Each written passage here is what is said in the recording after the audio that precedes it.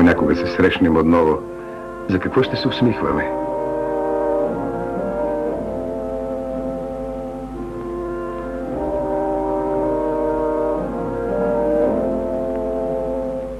Бях се надявал, че тези простички цветя ще се открият изведнъж, когато се завърна най-после в Англия. Но не очаквах да се появят на друго място, отнемайки радостта от завръщането вкъщи. Но радостта да ви видя всички отново никога не ще загуби очарованието си.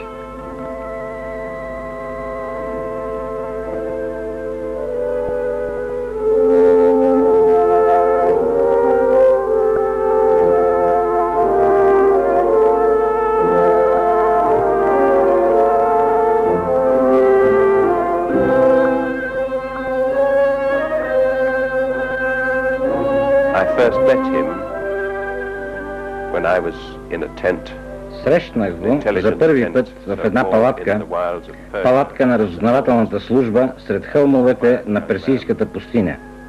И този тих младеж бе надзърнал вътре да пита нещо.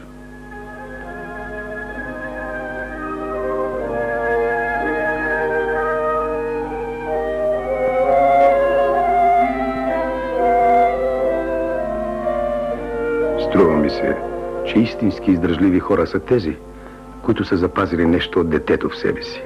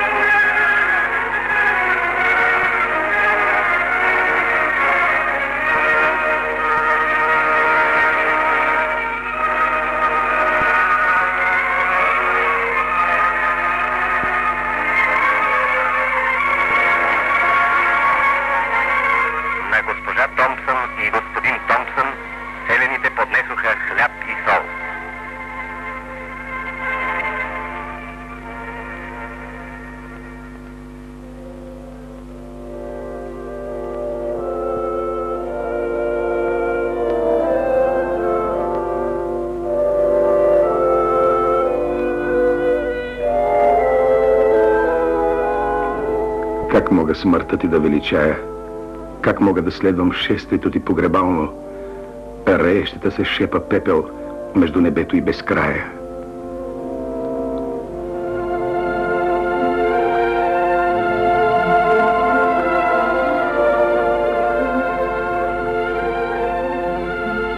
Франк Томпсън не се възползва от международното право за военнопледниците, за да спаси живота си, а заяви, че воюва срещу фашизма от идейни убеждения. Когато капитанът жандарм го предупреди, че в България разстрелват за такива убеждения, той отговори, че е готов да приеме смъртта. Разпитът беше моментално прекратен и Франк Томпсън разстрелян.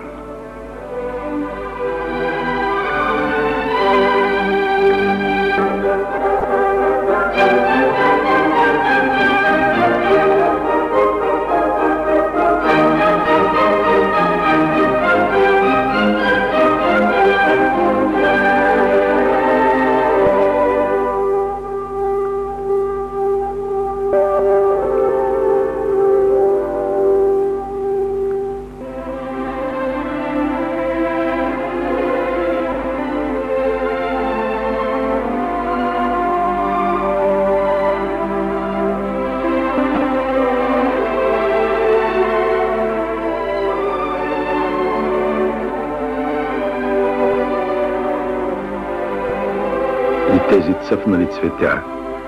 Тези мои стари любимци, забравени през годините, които ще открия отново, когато се завърна някога в Англия.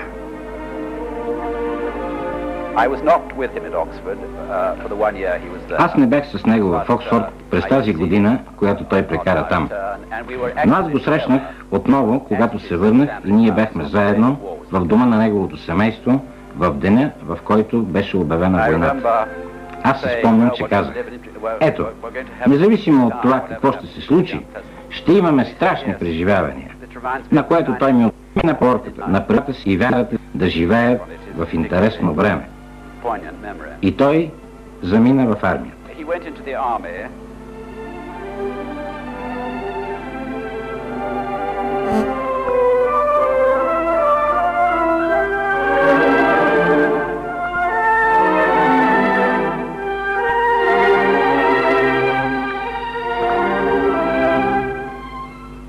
Понякога в съзнанието ми изплува парка с черните елхи и нашата къща, която така много обичаме.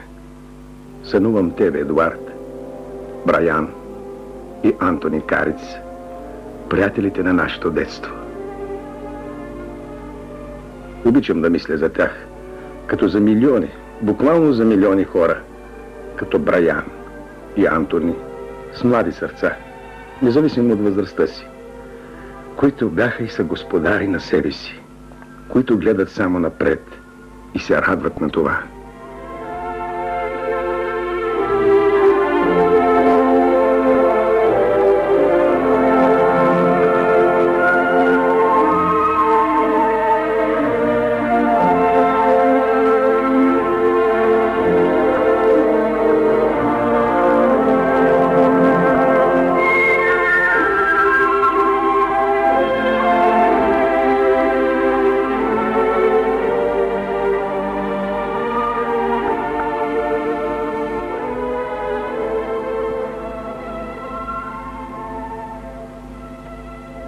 Няма да бъде трагедия, ако преживея войната.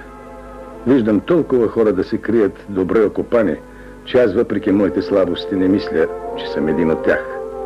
Вярвам, че всеки човек с добра воля ще бъде нужен и след военните години.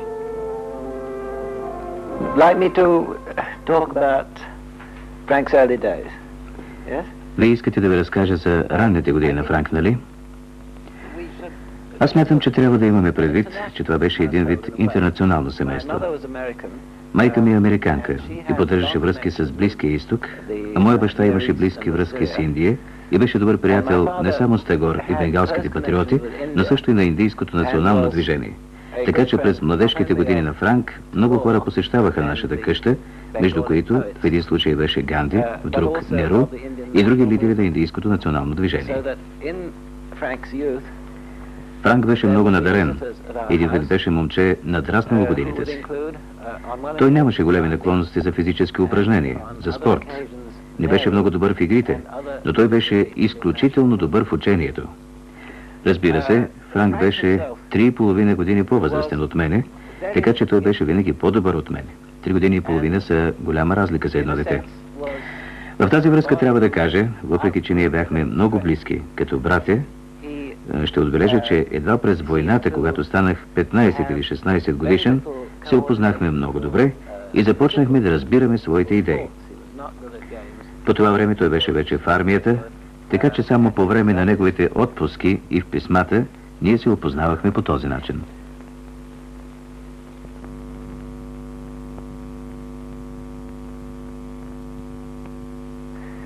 And of course, Frank was 3.5 years older than me, so that he was always much bigger than me.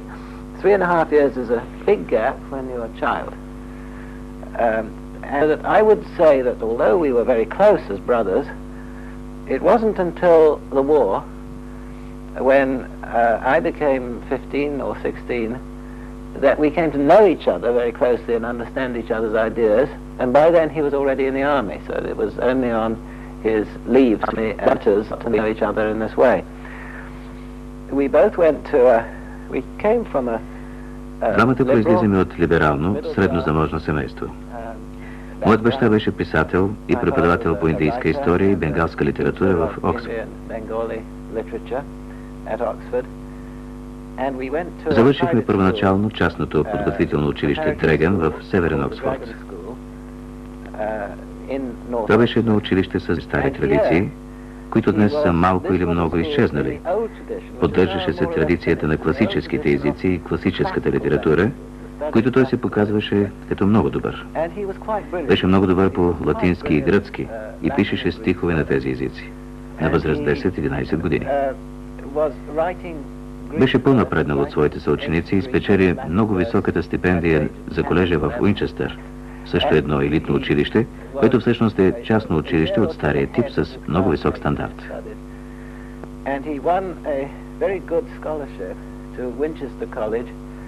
Again, an elite public school, that is a private school really, of the old style, with a very high scholarly standard.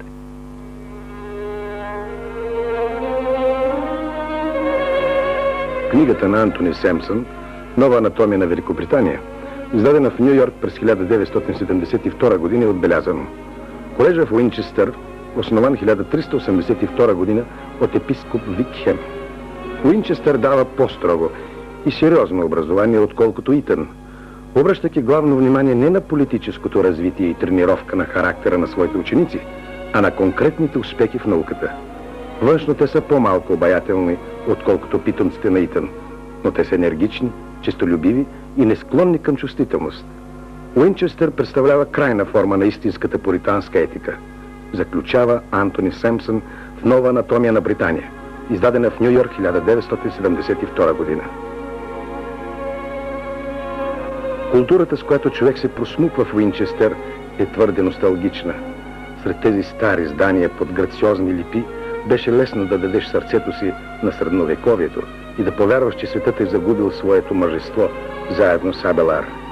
Човек се влюбваше в красотата на миналото, а нямаше диалект, който да обясни, че най-голямата слава на миналото е в това, че той е победило века, който го е предшествал, че Абелар е велик, защото е бил революционер.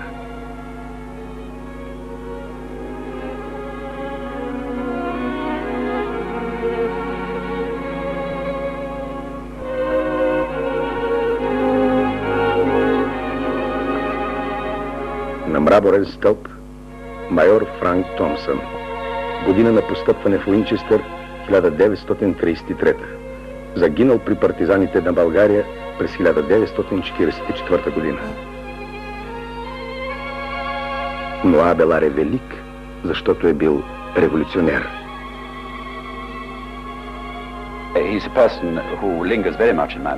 Той е човекът, който занимава твърде много моите мисли и аз си спомням за него почти всеки ден.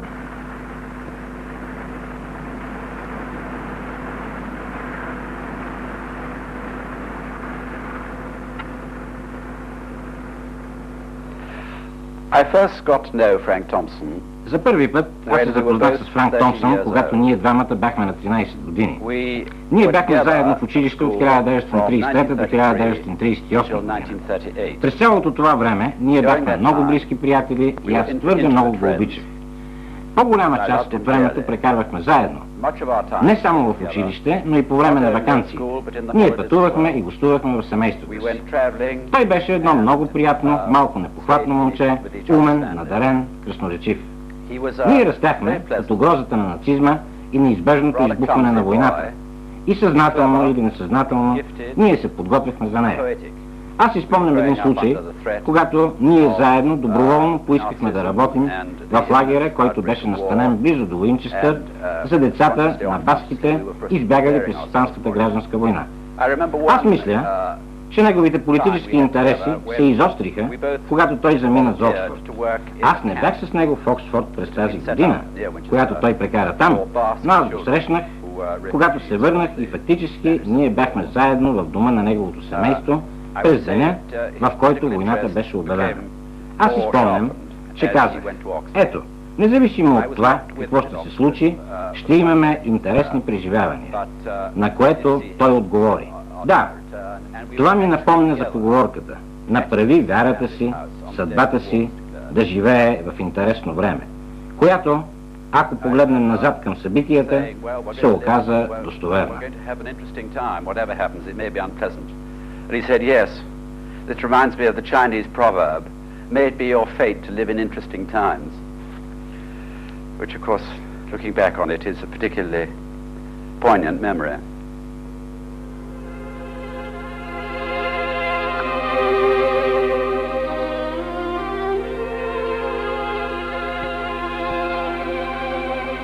In his last letter from the Bulgarian frontier on April 21st, в своето последно писмо от българската граница, датирано от 21 април 1944 година до Айрис Мърдок, с която те се бяха сприятелили в Оксфорд, тя сега е една от най-известните новелисти в Англия, той споменава няколко пъти Омир и Евклистос. В писмото прониква чувството на героизъм на древните гърци, на героичната литература, което той отъждествява с партизанската борба. Имаше чувство за езиците и овладя изключително добре редица европейски езици. Това стана частично в Оксфорд, където той отиде само за една година след Уинчестър. По време на дългата ваканция, преди да замине за Оксфорд, се включва в експедиция за разкопки на древната критска цивилизация на остров Крит, където започна да изучава съвременен гръцки език. В Оксфорд и по-късно в армията той изучаваше руски, научи италиански, полски, започна да изучава сърбо-харватски и, разбира се, български. Така че според мен той знаеше около 9 езика, разбира се, не всички перфектно. Така, например, той знаеше малко български и когато замина за България по време на партизанската борба, научи езика по-добре. Голямото политическо събитие по него време беше Испанската гражданска война. Ние имахме много приятели, най-вече семейството Кариц, което живееше близо до нас в Оксфорд, чието двама по-възрастни синове служиха в интернационалните бригади. Particularly the family of the Carrots, who lived close to us at Oxford. And two of the older boys served in the International Brigade, the British Battalion of International Brigade in Spain.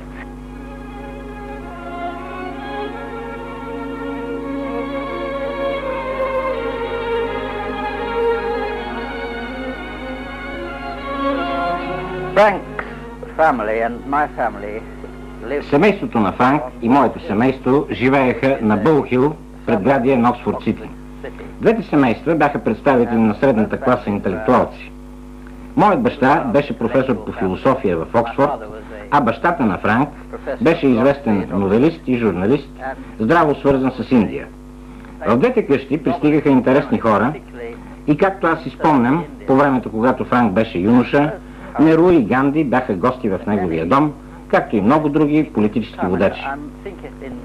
Много известни интелектуалци посещаваха също моето семейство. Така, в тази атмосфера израснаха и се възпитаха Франк и моя най-млад брат Брайан. Те бяха много близки приятели, винаги играеха заедно в обширните градини, които притежавахме, и по време на ваканциите винаги пътуваха с едно от семействата. Те бяха почти като близнаци. Като всеки можеше да замести другия в семействата.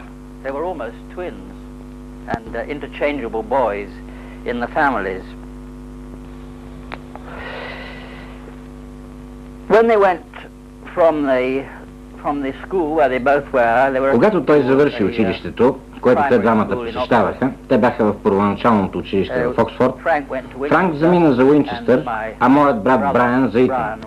Аз смятам, че те бяха много популярни момчета, доста добри в учението и в същото време изпълнени с веселие и жизнерадостни в игрите.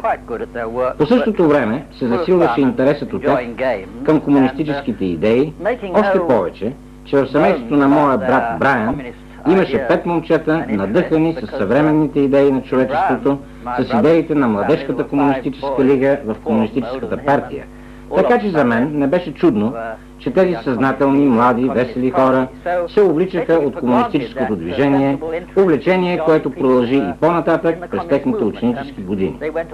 Доколкото си спомням, Франк твърде открито споделяше своите комунистически идеи в Уинчестър, докато моят най-млад брат Брайан събираше фондове за интернационалните бригади.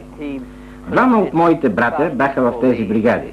Моят брат Ноул се биеше на фронта в Гвадалахара, а моят брат Антони служеше в медицинска част. Антони беше убит по време на войната. Според мен, Франк по това време беше вече убеден, че комунистическото движение съставлява много важна част от неговия живот. Нещо, което бе естествено, тъй като неговият живот протичаше при условията на заплаха от фашизма и неизбежността на войната. Така, те двамата растяха с предчувствието, че срещата с тази заплаха е неизбежна и така, когато тя се превърна в реалност, те приеха това твърде леко, тъй като бяха вече добре подготвени.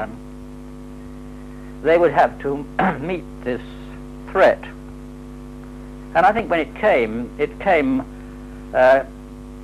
more easily because they were well prepared.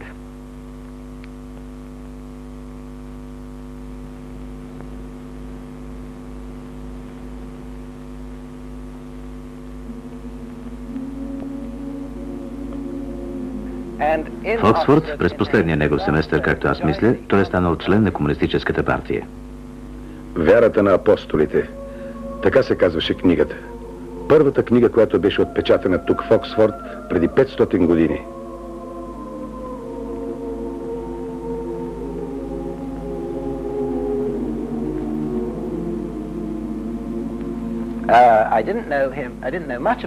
Аз не знаех много за тези неща по това време, тъй като бях много млад, но имаше известни противоречия в семейството.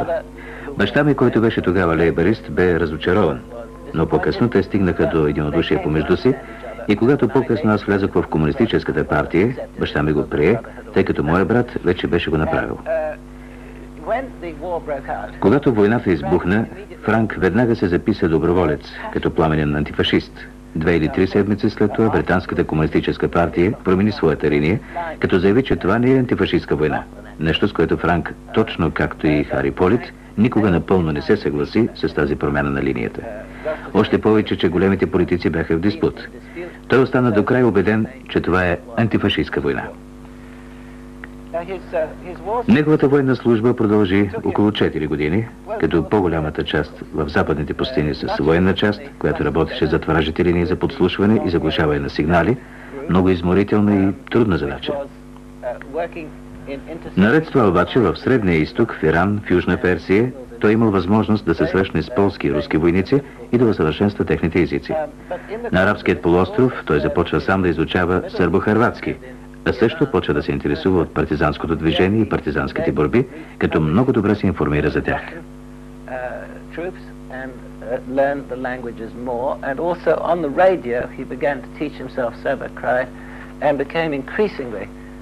Interested in the partisan struggle and the partisan movement, and very well informed about it. A lot of Frank's friends from Oxford. Много от приятелите на Франк от Оксфорд заминаха за Испания и някои от тях бяха убити, което даде дълбоко отражение върху неговите възгледи за международните отношения.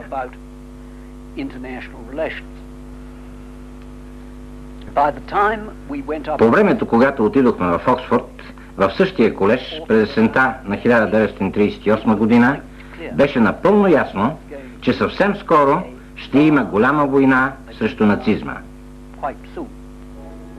Лондон, 1947 година. В Европа има дух. В памет на Франк Томсън, съставили Теодосия и Едуард Палмър Томсън.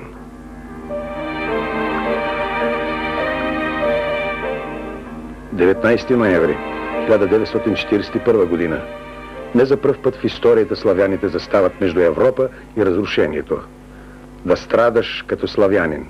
Това ще стане пословичен израз на всички световни езици.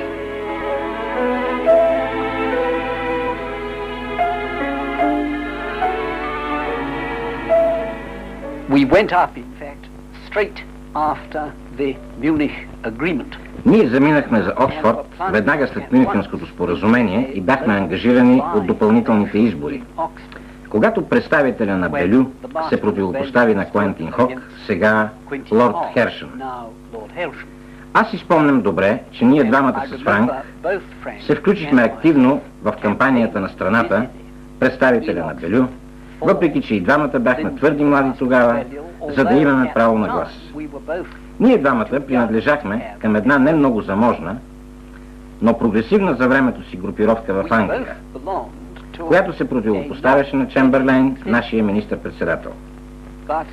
Това беше до известна степен протест от моя страна, тъй като семейството на баба ми поддържаше приятелски, макар и не много близки отношения с семейството на Чемберлейн, което фактически ме отдели от баща ми. Франк се занимаваше с политика много сериозно. Човек не можеше да не се занимава с политика сериозно по времето, когато Европа беше завладяна от нацистите.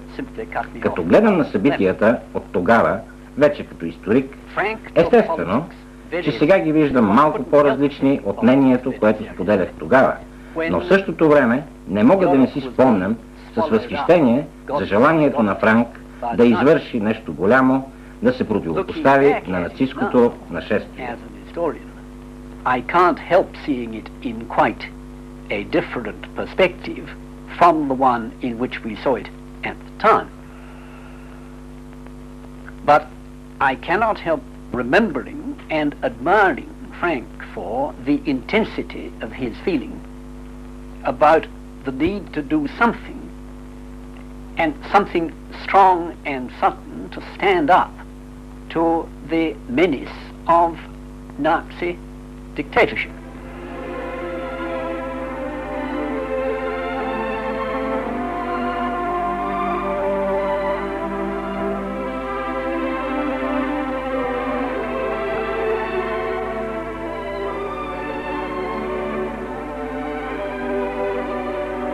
In 1943, he took part in the landing in Sicily. През 1943 година той взема участие в десанта в Сицилия и изглежда след тази битка взема решение да се включи в партизанското движение в Гърция.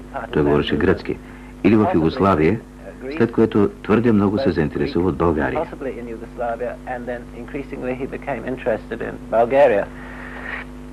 През тези години бе завладян от чувството, че цялата световна цивилизация бе изложена на риск. Съветските войски бяха притиснати през Сталинград и той беше убеден, че не само преживяването на войната, но война за запазване на човешката цивилизация и нейните стойности бе изложена на риск и поради неговото знание на езици стана възможно приемането му като доброволец в Кайро в управлението за специални операции.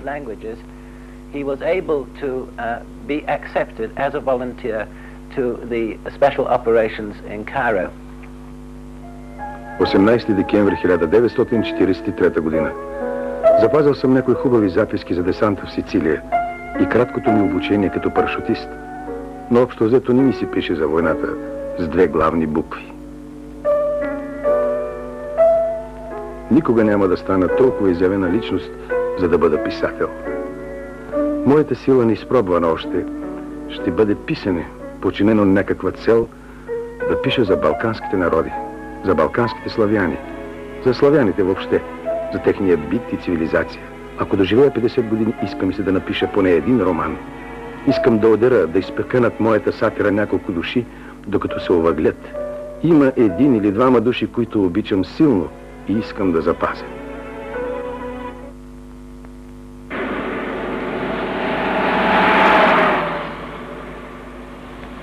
Аз бих желал да бъде сега и той с нас.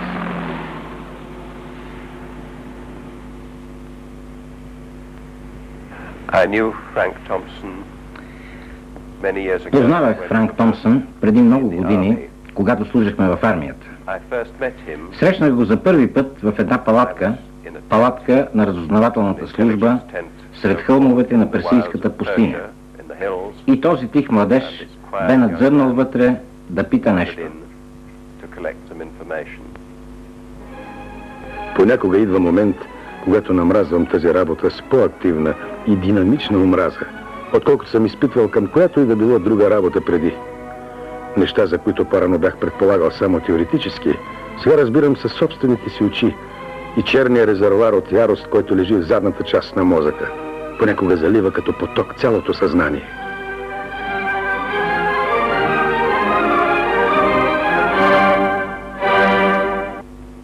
Every morning we used to attend a ceremony, you could call it, which we called prayers, which consisted of a briefing for the day of events. Всяка сутрин присъствахме на нещо като церемония, която ние наричахме молитви. Това бяха комуникета за събитията, станали през последните 24 часа, за които бяхме получили сигнали от офицерите в окупираните държави. Беше забележително, или може би не толкова забележително, че тези събития се свързваха по един особен начин. За Франк и мен беше пределно ясно, че политическите цели при оказване помощ на съпротивителните движения в окупирана Европа са в услуга на реакционните възгледи и позицията, от която се коментираха тези новини, макар и дискретно, целеше да не се окуражават левите сили в тези държави.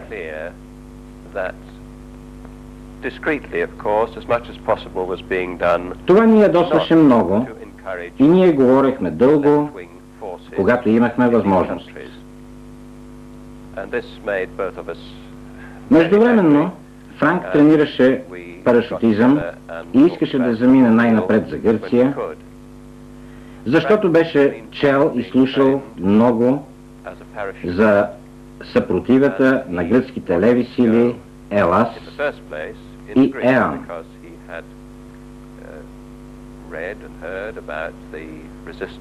Но когато той разбра, че англичаните и американците подкрепят Зервас и други десни организации, почувства, че няма да бъде особено полезен и че равновесието на силите ще бъде в негова вреда, той помоли да бъде изпратен в България или в Югославия.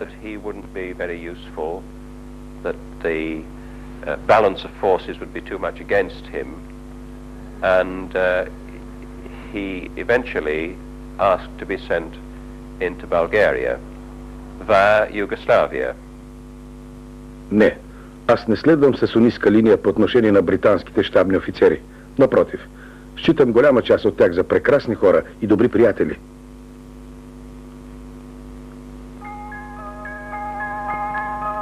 Коледа 1927 година. Коледа 1938 година.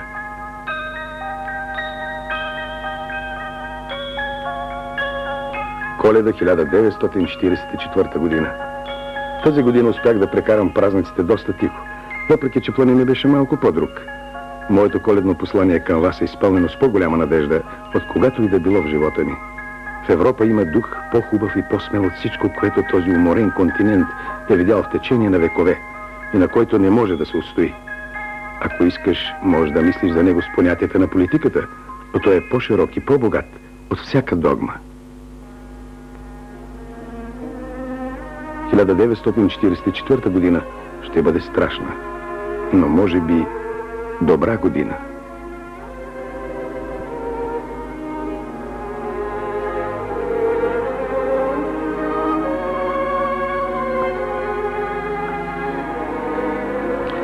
On the 7th of April 1934, през септември 1943 година с самолет от Бари в Италия аз бях спуснат с парашут в Югославия в района на Църна Трава. Аз се приземих в района на британската мисия при югославските партизани и 3 дни по-късно моят командир, майор Франк Томсън, пристигна. Фактически, ние тогава организирахме мисията. Аз трябваше да изпълнявам службата на радист и аз успях за много кратко време да вляза във връзка с Кайро и ние организирахме няколко десанта с провизии за партизаните.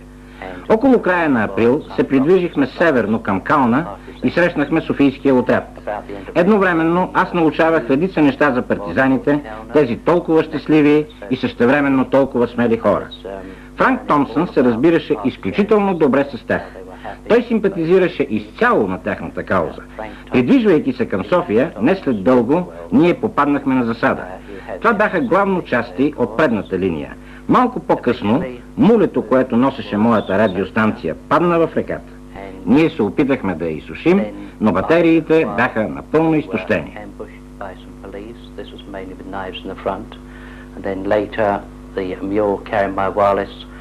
Fell in the river. We tried to dry it, but the batteries were completely gone. Дуайрис Мърдок. Изглежда, че с отминаването на тази година съм стигнал от преломен момент в живота. Имал съм честта да срещна отблизо някои от най-достойните хора на света. Трябва да посветя силите си на една единствена цел. Нищо друго няма значение. Трябва да смажем нацистите. Иначе, ако някога се срещнем отново, за какво ще се усмихваме?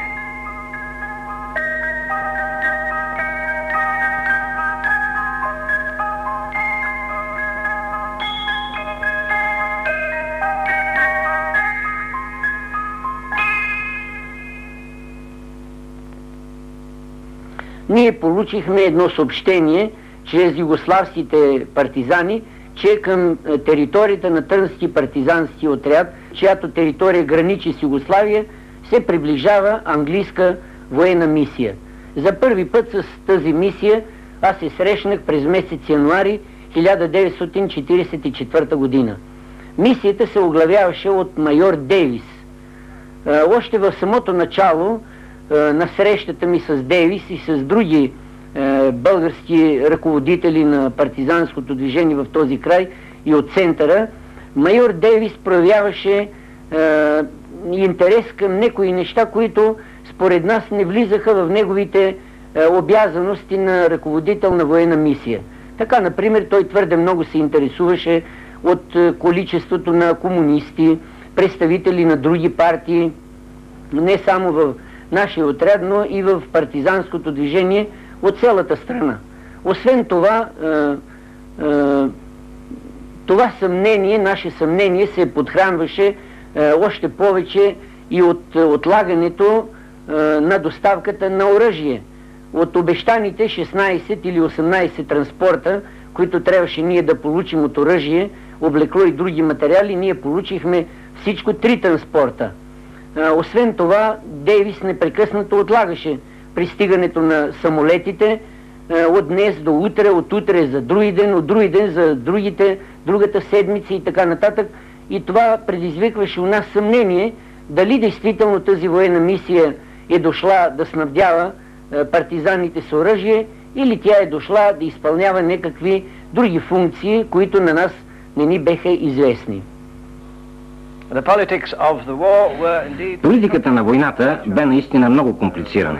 Аз няма да се впускам в подробности, но когато човек се връща към онези дни, става ясно, че и на двете страни, и главно на британската страна, са съществували често противоречия, конфликти в политиката и дори в интересите.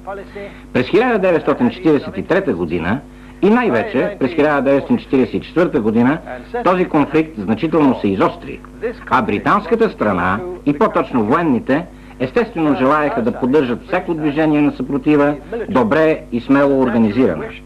И от гледна точка на принципа да воюват с нацизма и неговите сателити. Така, от самото начало се появява противоречието между военните нужди и политически предпочитания. Военните желаяха, разбира се, да поддържат съпротива, въоръжена съпротива, независимо къде в Европа, докато политиците естествено пристъпваха с неохота да поддържат едно съпротивително движение, което е против възстановяването на предвоенните режими.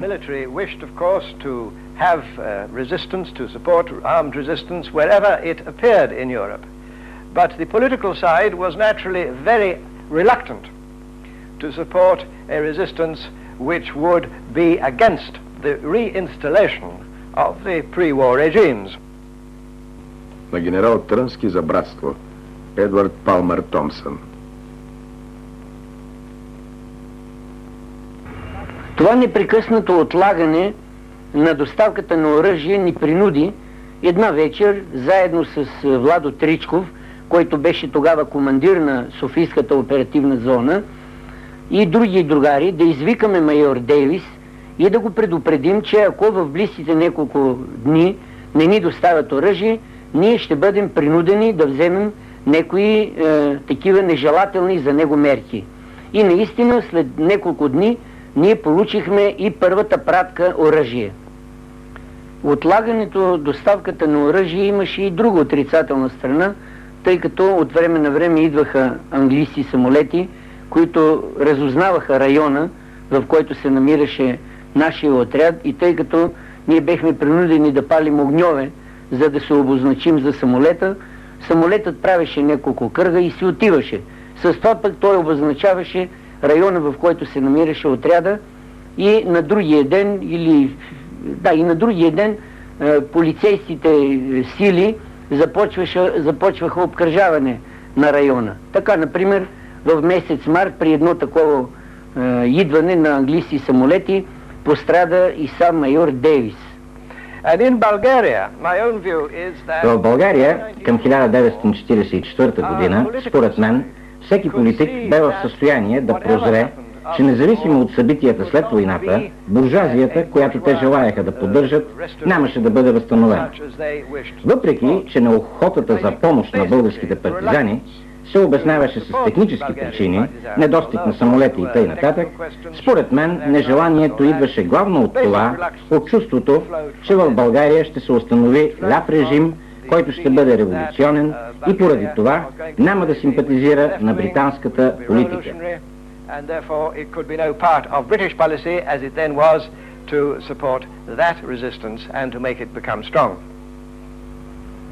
На местото на майор Дейвис беше назначен за шеф на мисията капитан Томсън. Ние не знаехме, че Томсън е член на английската компартия, за да имаме друго отношение към него, но в самото негово поведение, в самото негово отношение към нас, партизаните, ние чувствахме една съществена разлика.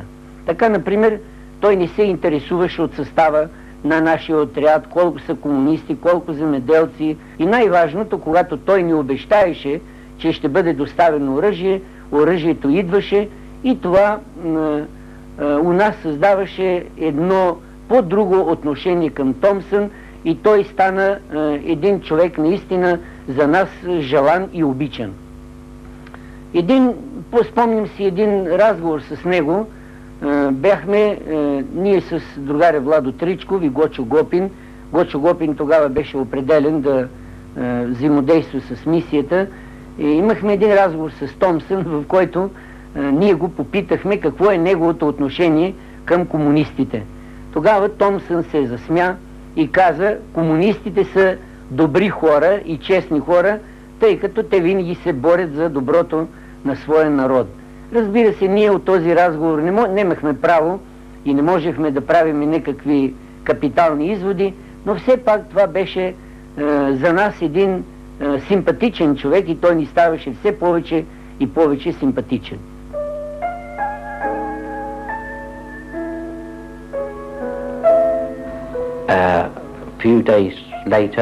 Няколко дни по-късно ние попаднахме на много голяма засада и Франк Томсън, аз и придружаващите ни партизани се спуснахме надолу по хълма, на който бяхме спрели за почивка. Загубихме връзка с другите двама сержанти, които бяха изпратени за подривна дейност, и се спуснахме надолу по хълма, където течеше поточе. Продължи да се стреля ожесточено, но Франк и аз продължихме да се придвижваме покрай потока. Някои от партизаните бяха ранени. Изкачихме хълмовете, но вече бяхме много изтощени. Преследваха ни около 2 дни, храната осезателно намаляваше и ние бяхме вече много изморени, тъй като непрекъснато се движахме през този изключително дълъг период от време. Въпреки това, духът на партизаните не спадна, още повече, че вече бяхме намалели до 30 или 35 души. По възвишенията се чуваха непрекъснати гърмежи, тъй като полицията откриваше къде се крием и стреляше. Ние вече нямахме никаква храна. По време на голямата засада ръката ми бе смазана и гноясваше. Ние огладнахме толкова много, че започнахме да се опитваме да ядем листата на дървета. Аз имах малка кибритена кутийка с сол, ние потапяхме листата в нея, но Франк Томсън не ги хареса и ние ги оставихме. Но около 2 дни по-късно Както се седяхме до един дънер и както бяхме много гладни, ние забелязахме да пълзи един огромен горски оп. Погледахме се и Франк Томсън каза, че трябва да ядем, да раздвижим стомасите си, и той го вдигна от земята и ме помоли да отхапя пръв. Аз го погледнах, не ми харесваше вида му с стърчащия навън рок, но отхапах изведнъж опашката. После го върнах на Франк Томсън, който свръх усилия отхапа главата. След това, за около 2 часа, не си говорехме, гадеше ни се. За щастие намерихме малко гъстак да се скрием. Бяхме много гладни и изморени. Свикнахме да си говорим много тихо. Той ми четеше стихове, от които всъщност аз в действителност не се интересувах много. В нощите сънувахме обикновенно храна и можехме да се закълнем, че никога вече няма да видим храна отново.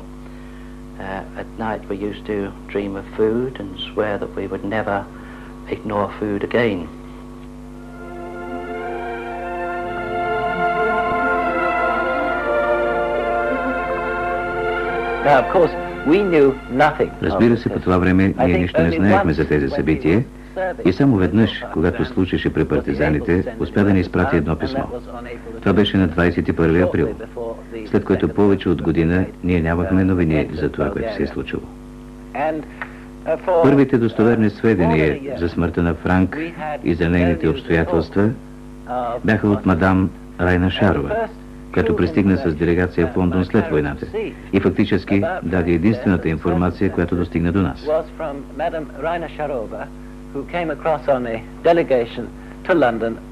По това време баща ми беше много болен, умираше от рак и едва през 1947 година аз и майка ми имахме възможност да приемем любезната покана на Отечествения фронт и на партизаните да посетим България.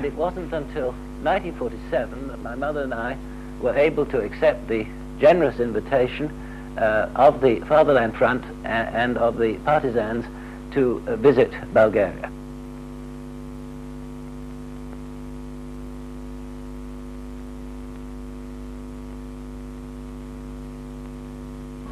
But then came the main ambush, where there was firing in all directions.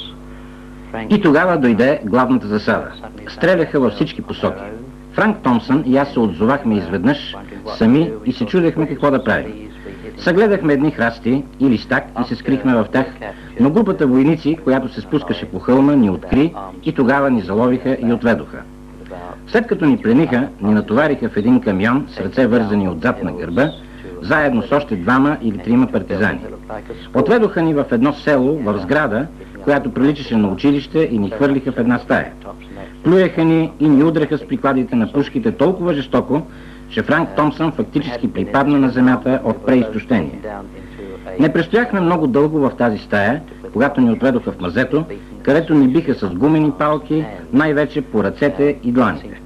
Според мен нямаше особена причина за такива действия, но Франк ми каза след това, че той не е проговорил на български и те са опитали да разберат дали той знае български, и накрая той признал. По-късно, същата вечер, те отведоха Франк Томсън за разпит. Той се върна след около 2 часа и бе много изненадан от това колко много информация за него има полицията. Той каза, че те знаят всичко с подробности за неговата дейност. Тяхната мотивировка за наличността на тази информация бе, че той говореше български много добре. През цялото време те се опитваха да разберат защо той говореше български. На следващата сутрин, тъй като ръката ми се беше много подула, ме заведоха на лекар, но междувременно Франк Томсън и аз вече бяхме решили, че ако ме притиснат за радиостанцията, аз трябва да работя на нея, за да изпратя предупредителни сигнали, чрез които в Кайро да разберат, че българските партизани са попаднали на засада и ние сме заловени. На следващия ден ни дадоха малко храна, хляб и лук, която за пръв път получихме от 15 дни насам. След още един ден аз бях отведен в София и никога вече не видях Франк Томсън.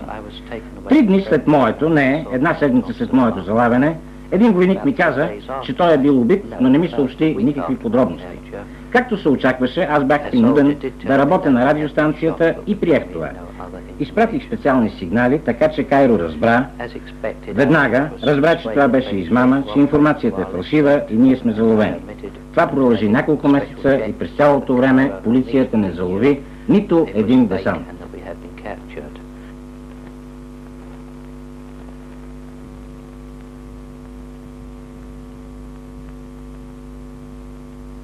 Като гости на българското правителство, на българския народ пристигнаха майката и братът на майор Франк Томсън, представител на английската военна мисия при главния щаб на българските народоосвободителни войски.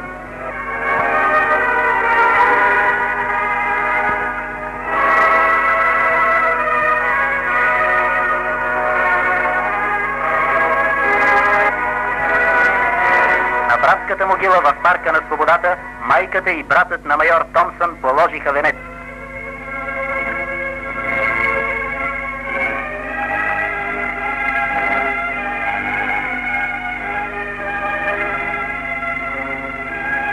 Положи венец и представител на британската военна мисия. На траурното тържество присъстваха майката на загиналата героиня Лиляна Димитрова и сестрата на Владо Тричков, паднал заедно с майор Томсън.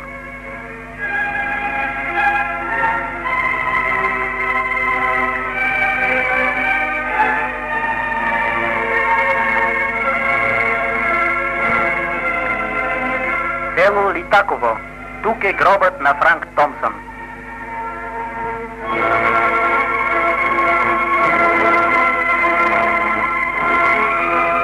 Госпожа Теодосия Томсън и господин Палмър Томсън, придружени от политическия представител на Великобритания господин Бенет, шефът на английската военна мисия в България генерал Окслей, бойните другари на майор Томсън, полковник Знеполски, генерал Българанов, генерал Благой Иванов, майки на убитите партизани от четата, положиха венци и се поклониха пред паметта на пламенния антифашист и дълбоко почитан от народа ни герой на нашата освободителна борба, майор Франк Томсън.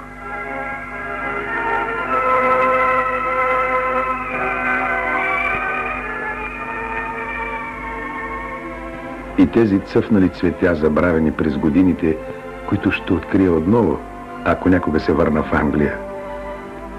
И нашата къща, която така много обичам.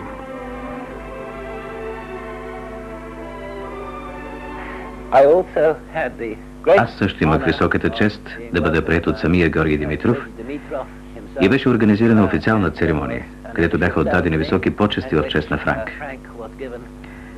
Бяхме много развълнувани от голямата любезност на българските хора и мисълта, че неговото участие е високо оценено, от топлината, сърдечността на приема не само от страна на партизаните, но и от страна на селените, на работниците в България изобщо. Когато той написа своето последно писмо през април, говореше, че е сред отлични другари, едни от най-добрите в света, за които аз не най-малко не се съмнявам, че е било истина. И аз също не се съмнявам, че той е желаял да даде живота си за тези другари и е чувствал, че те напълно заслужават това. That he wished to give his life with these comrades and felt it was entirely worthwhile.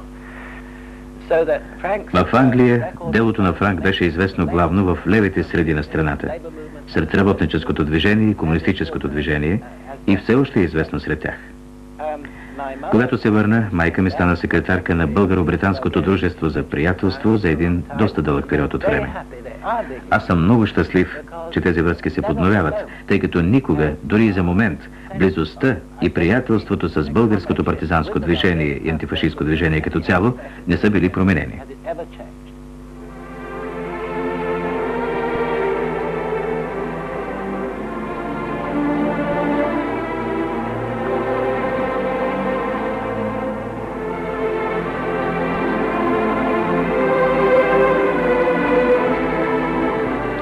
Което той ми отговори: да, това ми напомня за поговорката: направи вярата си и съдбата си да живеят в интересно време.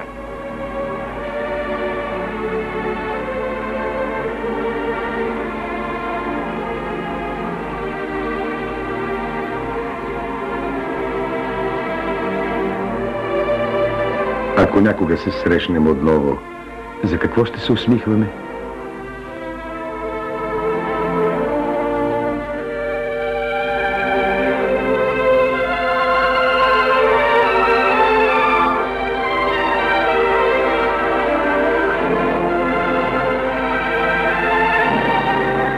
Забравени през годините, които бих открил, ако можех отново някога да се върна в Англия.